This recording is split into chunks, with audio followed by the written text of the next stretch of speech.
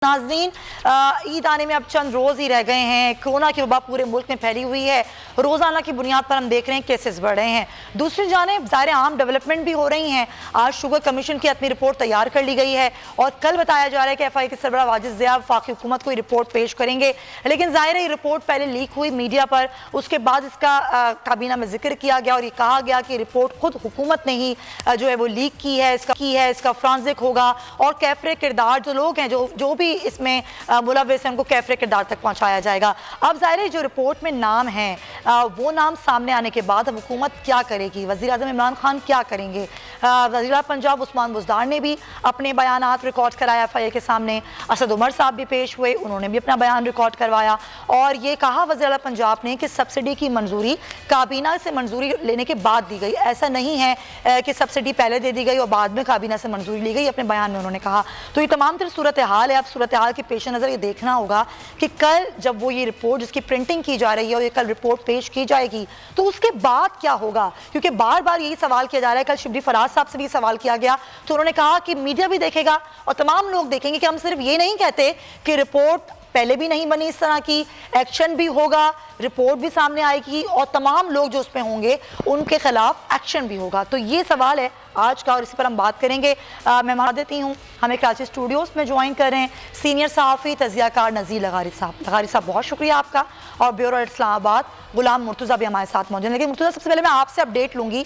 ये ज़ाहिर report forensic, बहुत सारी चीज़ें तो बहुत सामने भी थी, नाम तो मोटे मोटे सामने ही हैं, लेकिन असल सवाल वही है ये रिपोर्ट कितनी चशम कुशा होगी और उसके बाद इस रिपोर्ट में जो नाम होंगे उस पर कितना एक्शन होगा। क्या खबर क्या है आपके पास?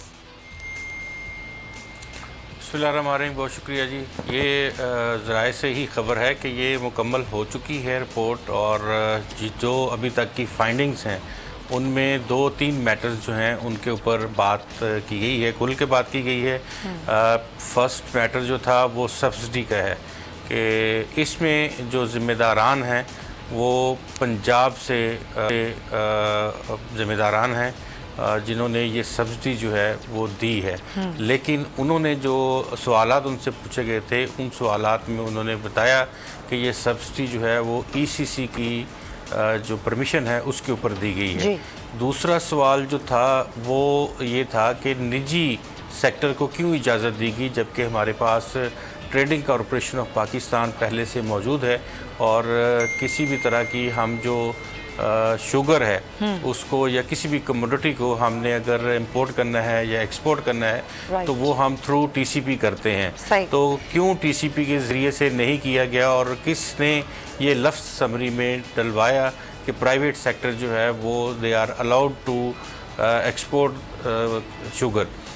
ये भी इस हवाले से जो बात है इस पे भी ज़िम्मेदार ज़ाहिर है कि असद उमर साहब की भी इसमें ज़िम्मेदारी बढ़ती है। और इंचार्ज वज़ीर जो हैं कॉमर्स के जिन्होंने ये इजाज़त दी कि ये बरामदात की जाए, दरामद की जाए और वो उसमें इस रिपोर्ट के हवाले से ज़िम्मेदार हैं। सब्सिडी के हवाले से जो पंजाब में बात है तो सवालात किए गए थे उस्मान बुज़दार साहब से 2-3।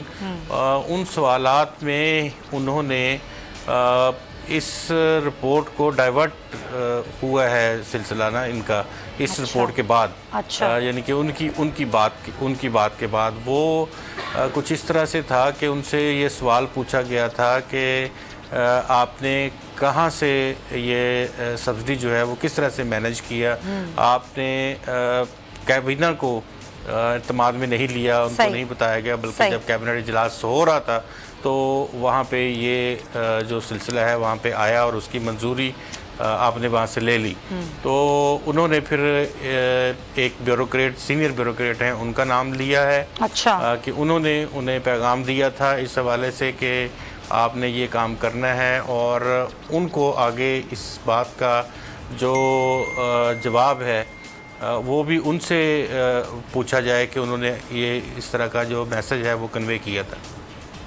तो ये पंजाब में सब्सिडी का जो मैटर है वो पंजाब से ज़िम्मेदारान हैं और जो निजी सेक्टर को क्यों इजाज़त दी गई उसके ज़िम्मेदारान जो हैं वो वफाक में हैं। और तीसरा अहम मैटर ये है कि जो रेट इसका बढ़ा 40 रुपीज़ तक केजी जो रेट बढ़ा है उसमें कौन जिम्मेदारान है। और यही बात है असल कि रेट बढ़ गया लेकिन रेट वापस नहीं आया, रेट वहीं का वहीं है। होगा क्या वसीम अकरम प्लस बुज़दार साहब के खिलाफ कोई एक्शन होगा, क्या वुज़रा को पूछा जाएगा, फिर ब्यूरोक्रेसी में तब्दीलियां कर दी जाएंगी? ये सवाल मैं उठाऊंगी। अभी हमें लेकर चलना है आपको, वफ़ाकी वज़ीर तालीम शफ़क़त महमूद आज़म सवाती के हमरा न्यूज़ कॉन्फ्रेंस कर रहे हैं। और सेनेट में वो क्या कह रहा है? सेनेट में वो ये कह रहा है कि इतना शफाफ हो, इतना वाज़ेह हो कि हार्स ट्रेडिंग पाकिस्तान के सेनेट के इलेक्शन में हमेशा हमेशा के लिए ख़त्म हो जाए।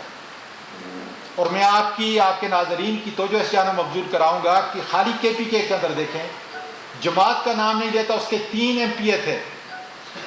हमें 16.5 मेंबर्स के ऊपर जो है वो एक सेनेटर जो है वो मुंतखब होता था और उस जमात ने 2 अपने सेनेटर मुंतखब कराए। और आपको पूरा पस मंज़र का पता है कि इमरान खान ने इतनी छोटी जैसी मेजॉरिटी के बावजूद अपने 20 MPA को निकाला। ये भी कोई छोटी बात नहीं थी, ये सिर्फ एक लीडर कर सकता है, हुक्मरान नहीं।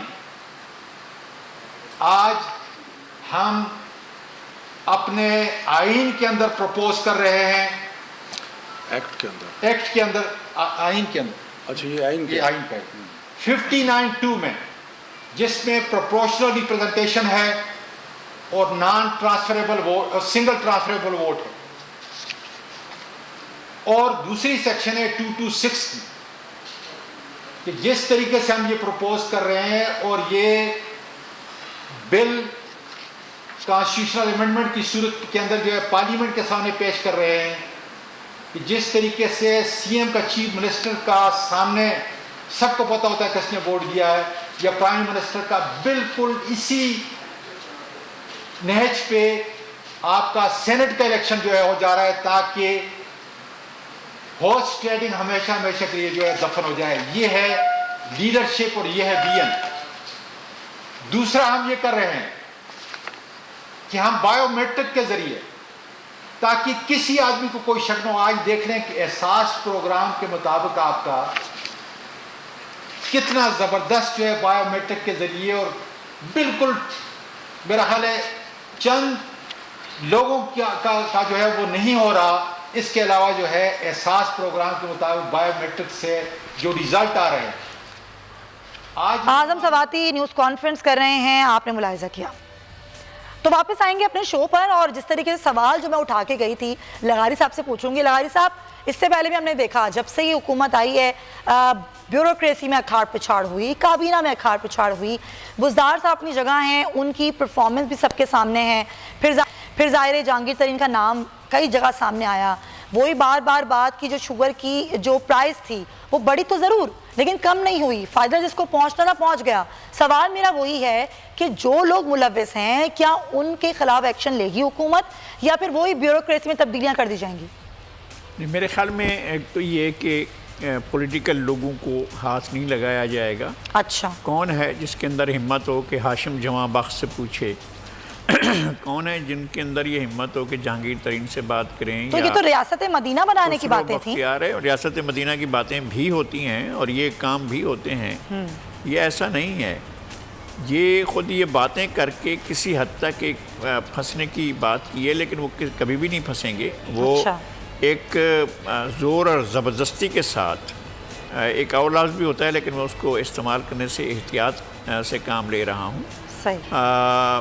वो किसी चीज़ में नहीं आएंगे, और ज़्यादा से ज़्यादा ये होगा कि एक और कमीशन बना देंगे कि अभी हमने इस कुछ और तहकीकात करनी है। तो ये ढकोसला है क्या रिपोर्ट? ये बिल्कुल ऐसा ही है, और उसको खातिर में नहीं लाएंगे, उससे कोई नतायज अखज़ नहीं करेंगे, उससे कोई कार्रवाई नहीं होगी, और बताया जाएगा। और जिस तरह से नैब कर रही है कि बहुत तेज़ी से कार्रवाइयाँ कर रही है, अपोजिशन पर चढ़ाइयाँ कर रही है, और उसको इतना बड़ा स्कैंडल, अरबों रुपए का दीदा दिलेरी से खुद हुकूमत के सामने उनके इदारों की तरफ से की गई तहकीकात के नतीजे में यह सब कुछ सामने आ जाने के बावजूद कमाल है इस हुकूमत का हमने ज़िंदगी में ऐसी हुकूमत नहीं देखी है। बहुत पक्के मुंह की, हम इसको ये कहते हैं मेरे ख्याल में, पक्के मुंह की ये हुकूमत है। उसको परवाह नहीं है, फिक्र ही नहीं है, उसने करना भी कुछ नहीं है।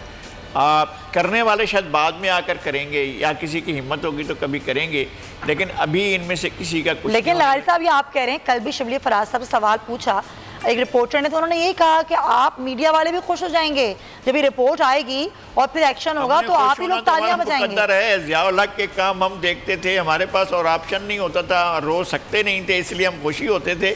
और इसके बाद जितने काम होते रहे हमारे लिए चौंका देने वाली बात होती है। चले, आप तो कह रहे हैं कुछ नहीं होगा, मुस्लिम लीग नून का इस पर क्या मौक़िफ़ है? राना सनाउल्लाह साहब हमारे साथ मौजूद है। राना साहब, कोई उम्मीद है आपको ये रिपोर्ट कल वफाकी हुकूमत को पेश की जाए तो बुज़दार साहब या फिर और नाम, जिन जहांगीर तरीन का नाम भी है, उनके खिलाफ कोई एक्शन होगा या ब्यूरोक्रेसी में ही उखाड़ पिछाड़ होगी? देखिए, इसमें जो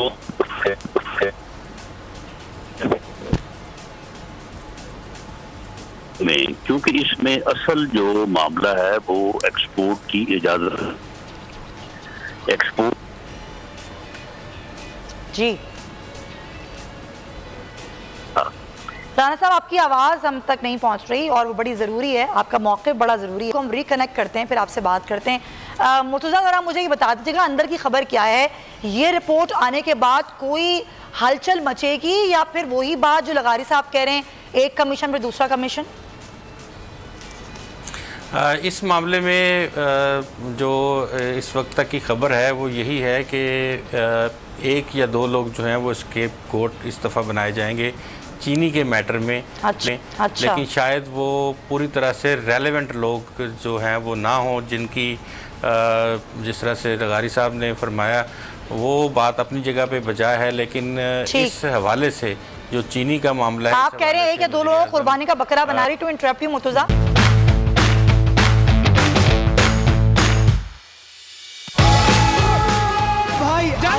ये बॉल नजर नहीं आई आपको?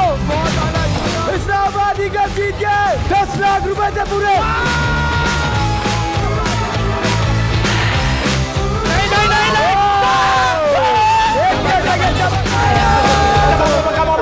गोलगप्पे गोलगप्पे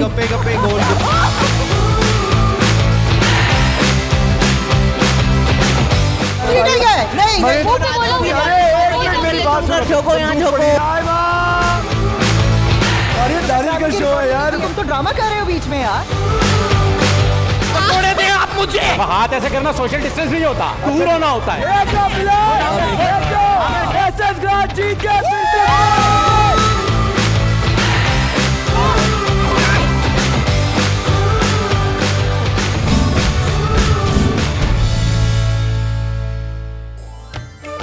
गेम शो ऐसे चलेगा लीग, रोजाना 7:30 बजे, सिर्फ बोल एंटरटेनमेंट पर।